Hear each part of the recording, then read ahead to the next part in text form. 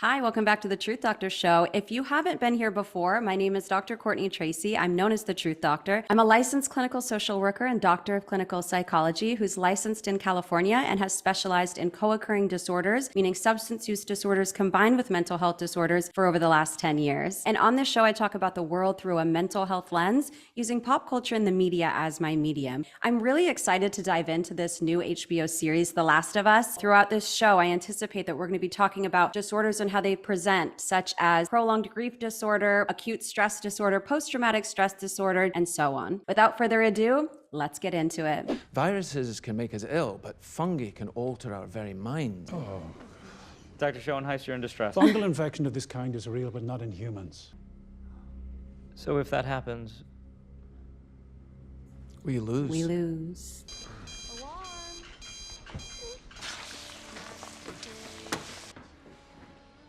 Vitamin C. Still alive, you old fucker. Oh, he loves you. He's dependent on me. Not the same.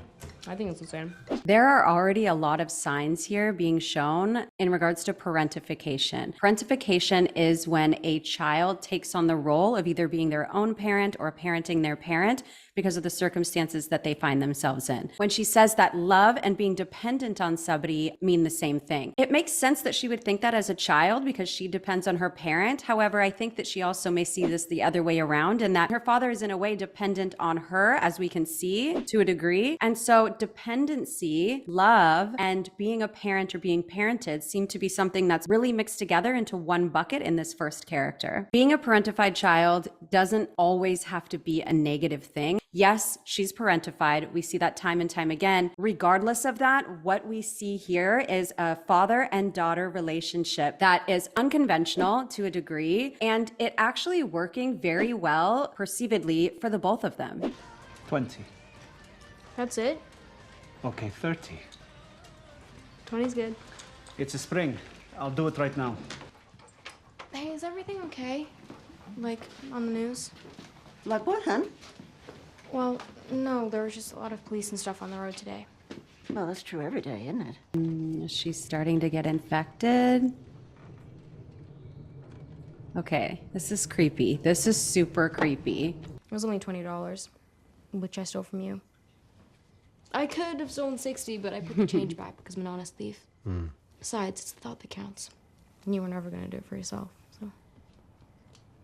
You were never going to do it for yourself. What that automatically tells us about Joel's character is that Joel is somebody that will put himself last in many circumstances and or not think about himself before getting done whatever it is that he needs to get done for his job or for the people that he loves. A vital part of his character and personality before anything has happened was that he's either selfless or just chooses to not put himself first because he prioritizes other situations that may potentially lead to survival or just the ability to stay stable in the present moment.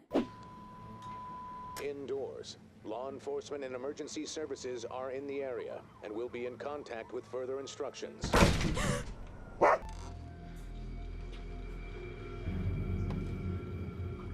Oh. Oh. Oh. Oh my God. Anna.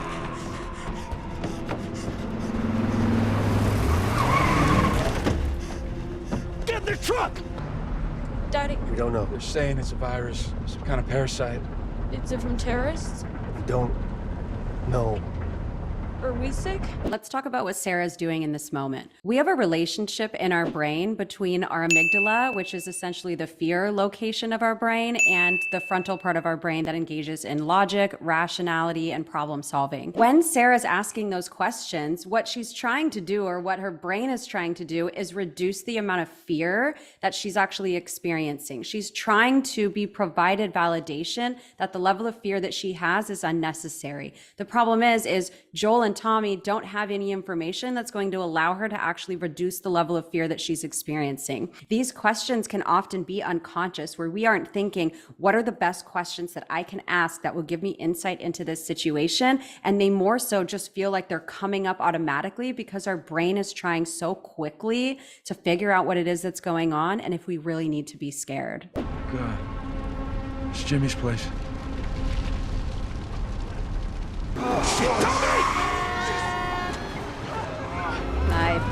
anyone who's played the game thought that was going to be the moment. Oh my.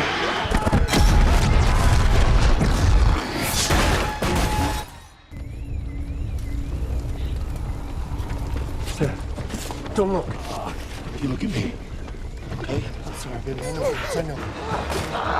So they're going to be really disoriented and have really bad muscular movements because their brain's being infected right now by this fungus.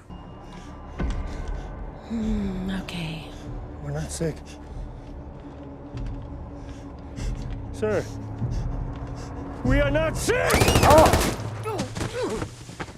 I know. Tommy, help me! Joe. Come on, baby. He knows he's Come on, a baby. veteran. I gotta He get you. knows that that's not Come on. survivable. Come on, baby.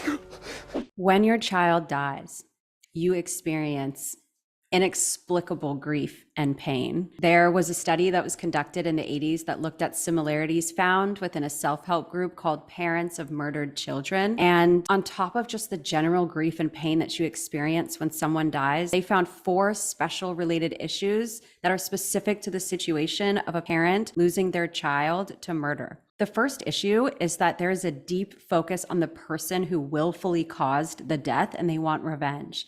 It's likely that we're going to see Joel hold this vengeance and this desire for revenge deep within himself. The second one is that the grief cannot be resolved until the legal issues are completed. And while we obviously don't have a legal situation going on in this case, what we do have is a societal issue. We can sort of apply this in the same way where for Joel, his grief will likely not be able to be processed or resolved until there's a solution to the initial cause of Sarah's death, which is this virus. The third special issue for these types of situations is that the parents become fearful about the safety of themselves and other loved ones. Basically, what that means is that the experience of having your child be murdered just generally reduces your sense of safety in the world as a whole. And lastly, outside of this, post-apocalyptic situation, a lot of society does not know how to respond to parents whose children were murdered. And so it creates this sense of isolation. One of the main protagonists in this show, Joel, is going to have this experience of inexplicable grief and pain throughout the entirety, I'm assuming, of this series. And it's going to be really important for us to take a look at the development of that grief, all the ways that he chooses to process it, and his relationship with the upcoming younger female, the second protagonist of this series, that he's going to form somewhat of a bond with. Boston, 2023. So the fungus continued to ravish the world. How did you get this? There's gonna be a little tickle right here. Can't.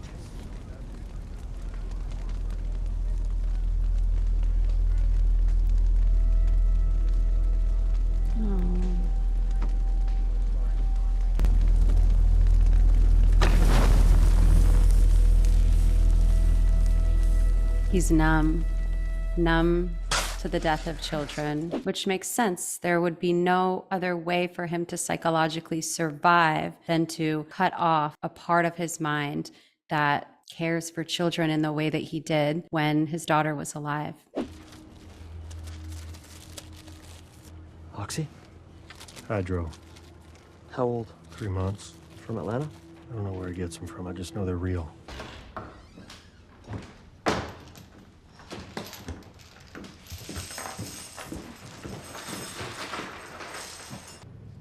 Count slowly and clearly from 1 to 10. 1, 2, 3, 4. Slowly and clearly. A little mini status exam. 1. Mental status exams or mini mental status exams are something that doctors and clinicians complete so that we're able to get a really clear idea of what's going on mentally for our clients. It's not common that we have people count to 10 slowly and clearly. We'll do something, for example, called serial sevens. We'll have you start at 100, and then we'll want you to -7 from 100, then -7, then -7, as far down as you can go. What this is going to give us an opportunity to see is just how well your cognition is functioning at the time. It's obvious that that's what they're doing here. They're trying to gauge whether or not the fungus is affecting her in the same way that they see affecting the majority of the population. There are worse things than infected out there. I hear everything on this. There are raiders. There are slavers. But you're sure Tommy's okay? Exactly. Oh, his watch is broken and he's still wearing it from Sarah. I don't know if they meant for that to be a flashback, but that's definitely what it made me think of. Flashbacks are a really common symptom of someone that's experiencing PTSD, and a lot of people don't know why or how flashbacks actually happen. What we know to date is that flashbacks happen when we are experiencing a trauma, and the way that we encode it in our brain as a memory is different than the way that a normal memory is encoded. There's two parts of our brain that are really activated during traumatic experiences. The first one is one that I already mentioned called the amygdala, which is essentially the fear location of the brain. Then we also have the hippocampus, which is the memory part of our brain, where memories are stored and memories are encoded. Now, what we see typically happening when somebody experiences trauma, especially during very specific moments of the trauma, is that in those moments that are likely going to become flashbacks, the amygdala activity is very high and the hippocampus activity is lower. So what happens during flashbacks is that really intense emotional point remains dislodged from the rest of the memory and can become activated at any time. I was in federal lockup all day. Anyway, it doesn't matter. I need you to take a breath. What? Joel, What? the guys who jumped me were with Robert. No, I promised Robert that you wouldn't hurt him. But I would very much like for you to hurt him. So let's go hunt that motherfucker down and get our battery and our truck, and then we'll go find Tommy. My name is Marlene. I'm the leader of the Fireflies in the Boston QZ. Why would terrorists dump me with Fedra? Because it's where you'd be safest, and you were safe there until you decided to sneak out. A terrorist? Was Riley a terrorist? Riley. Oh. Is that the battery? Marlene? You okay? Yeah.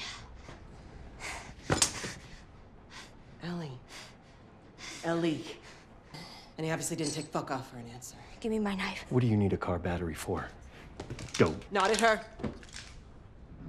Marlene tells Joel, do not point that gun at Ellie. And he pauses for a moment. And it's likely what's going on in his mind is that he has to find some type of empathy or compassion or awareness that he was at risk of killing a child by pointing his gun at her. And then he made the decision to take his gun and to turn it away from her. If someone was going through that experience in real life, it would be a very psychologically overwhelming thing to think about. And if someone actually had the opportunity to pause and process that situation, that it would likely bring up a lot of emotional distress. We were gonna move Ellie out of the zone tonight, but we won't make it anywhere like this, not for a while anyway. So now I'm thinking, you're gonna do it. The hell I'm not we going are. with them. Let me take her. Tess. Joel. Don't fuck this up. So the adventure begins. The radio's a smuggling code, right? 60s song, they don't have anything new. 70s, they got new stuff. What's 80s? Your watch is broken. But you know where to go. So we're gonna be okay. Two things there. One, obviously we're all thinking about the fact that Ellie pointed out that Joel's watch was broken because one of the last things that Sarah ever did was give Joel that watch fixed. But another aspect for us to focus on is that Ellie says, so we're gonna be okay. And one of the last things that Joel says to Sarah right before she dies, You're gonna be okay. is that she's gonna be okay.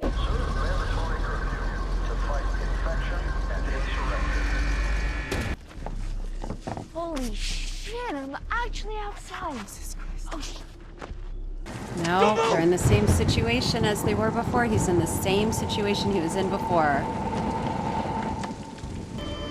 Oh, what are you gonna do? Oh.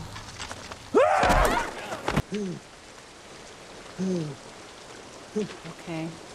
I'm not sick! I'm not sick! Look! This is 3 weeks old. Nobody lasts more than a day. Does this look a day old to you? You would have killed me. Joel made the decision to defend Ellie in the way that he wished he could have defended Sarah. He now likely has made the decision that he's going to make sure that she stays alive. This is all an end game for him to get to Tommy, but in his head psychologically, he now has bonded Ellie and Sarah, and it's likely that we're going to see this progress throughout the show. All right, playing 80s music, 80 equals trouble. Episode 1 of The Last of Us complete. This is bound to be a great show. So if you liked my commentary, please make sure to hit that like button, hit subscribe if you haven't already. If you're new to my channel, then this may be the first time that you're hearing this. And if you're already a subscriber, then you know what I'm about to say. My name is Dr. Courtney. I'm known as the Truth Doctor, and I am so glad that each and every one of you exists. I may not know you, but the world is a hectic place out there. And every day that you push through the human condition is a day that you deserve praise. See you next Thursday.